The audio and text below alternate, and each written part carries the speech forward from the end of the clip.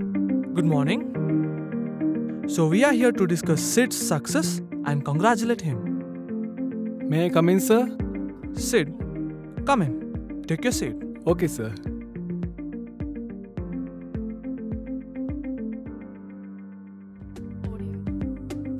Winning in International Media Award is not just a joke. We have managed to win continuously for 2 years.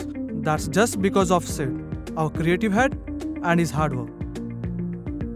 So management have decided to gratitude him by giving him 2 weeks trip to America. Congrats. Thank you.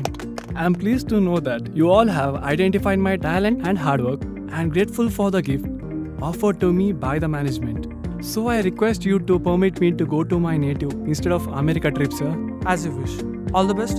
Have a nice time.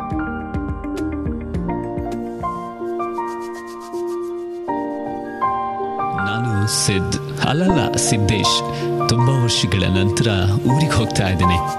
ನನ್ನ ತಂದೆ ತಾಯಿ ನಾನೊಬ್ಬ engineer ಅಥವಾ doctor ಆಗಬೇಕು ಅನ್ನುವಂಥ ಕನಸನ್ನು ಕಂಡಿದ್ರು. ಎಲ್ಲ ತಂದೆ ತಾಯಿಗಳಿಗೆ ಕೂಡ ಅದೇ ಥರ ಆಸೆ ಇರುತ್ತೆ ಅಲ್ವಾ? ಆದರೆ ನಾನು ಅವರ ಕನಸನ್ನು ಭಂಗ ಮಾಡಿದೆ. ನನ್ನ ಮೇಲೆ ಅವರಿಗೆ ಎಷ್ಟು ಕೋಪ ಇದೆಯೋ ಏನೋ ನನಗೆ ಗೊತ್ತಿಲ್ಲ. ಆದರೆ ಅವ್ರಿಗೆ ಈಗ ಮಾತ್ರ ನನ್ನ ಈ ಸ್ಥಾನ ನೋಡಿ ತುಂಬಾ ಹೆಮ್ಮೆ ಪಡ್ತಾ ಇರ್ಬೋದು.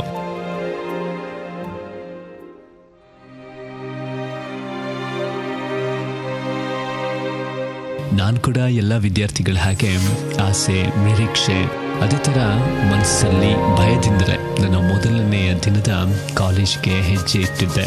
ದಿನ ಹೋಗ್ತಾ ಇದ್ದಂತೆ ಕಾಲೇಜಿನ ವಾತಾವರಣ ಅಂತ ಹೇಳುವಂಥದ್ದು ನನ್ನ ಆತ್ಮವಿಶ್ವಾಸವನ್ನು ಕುಗ್ಗಿಸ್ತಾ ಬಂತು. ಕಾಲ ಕಳೀತಾ ಕೊನೆಗೂ ಪರೀಕ್ಷೆಯ ದಿನ ಬಂದೇ ಬಿಡ್ತು. ಏನೋ ಒಂಥರ ಭಯ, ಗೊಂದಲ ಮನಸ್ಸಲ್ಲಿ ಶುರುವಾಯಿತು. ಏನು ಬರಿಬೇಕು, ಏನು ಮಾಡಬೇಕು ಏನೂ ಗೊತ್ತಾಗದೆ ಪ್ರಶ್ನೆ ಪತ್ರಿಕೆ ನೋಡ್ತಾನೆ ಕೂತ್ಕೊಂಡೆ. ಪ್ರಶ್ನೆ ಪತ್ರಿಕೆ ನೋಡ್ತಾ ನಾನಂತೂ ಕಂಗಾಲಾಗಿ ಹೋಗಿದ್ದೆ. ಸುಮ್ಮನೆ ಕೂತ್ಕೊಂಡು ಆಚೆ ಈಚೆ ಎಲ್ಲರನ್ನ ನೋಡ್ತಾ ಟೈಮ್ ಅಂತೂ ಕಳೆದು ಹೋಯ್ತು. ಪರೀಕ್ಷೆ ಅನ್ನೋದು ಮುಗಿದು ಹೋಯ್ತು. ಹೀಗೆ ದಿನಗಳು ಕಳೆದು ಹೋಯ್ತು.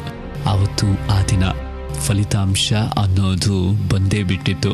ಫಲಿತಾಂಶ ನೋಡೋದಕ್ಕೆ ಹೋಗುವಾಗಲೇ ನನ್ನ ಮನಸ್ಸಲ್ಲಿ ನಂಬಿಕೆ ಇರಲಿಲ್ಲ, ನಾನು ಈ ವರ್ಷ ಪಾಸ್ ಆಗ್ತೀನಿ ಅನ್ನೋವಂಥದ್ದು. ನಾನು ಜೀವನದಲ್ಲಿ ಸೋತೆ.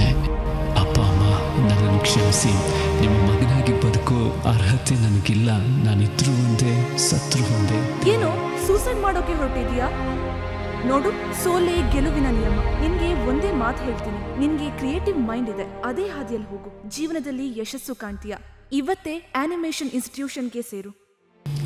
ಪ್ರತಿಯೊಬ್ಬರ ಯೋಚನೆ ಥರಾನೇ ನನ್ನ ಆಲೋಚನೆಯಲ್ಲಿ ಕೂಡ ಜೀವನದಲ್ಲಿ ಒಂದೇ ದಾರಿ ಅಂತ ನಾನು ಅಂದ್ಕೊಂಡಿದ್ದೆ. PUC ಪಾಸಾಗಿ ಡಿಗ್ರಿನೋ ಇಲ್ಲ ಎಂಜಿನಿಯರಿಂಗೋ ಅಥವಾ ಮೆಡಿಸಿನ್ಗೋ ಹೀಗೆ ಓದಿದ್ರೆ ಲೈಫಲ್ಲಿ ಸೆಟ್ಲ್ ಆಗೋದಕ್ಕೆ ಸಾಧ್ಯ, ಗೆಲುವು ಅನ್ನೋದು ಸಿಗೋದಕ್ಕೆ ಸಾಧ್ಯ ಅನ್ನೋವಂಥ ಒಂದು ಭಾವನೆ ನನ್ನ ಮನಸ್ಸಲ್ಲಿತ್ತು.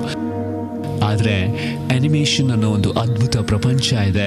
ಆ ಪ್ರಪಂಚಕ್ಕೆ ಎಂಥವ್ರಿಗೂ ತಮ್ಮ ಗುರಿ ಮುಟ್ಟಿಸುವ ಶಕ್ತಿ ಇದೆ ಅಂತ ನೀನು ಹೇಳಿದ ಮೇಲೇ ಗೊತ್ತಾಗಿದ್ದು.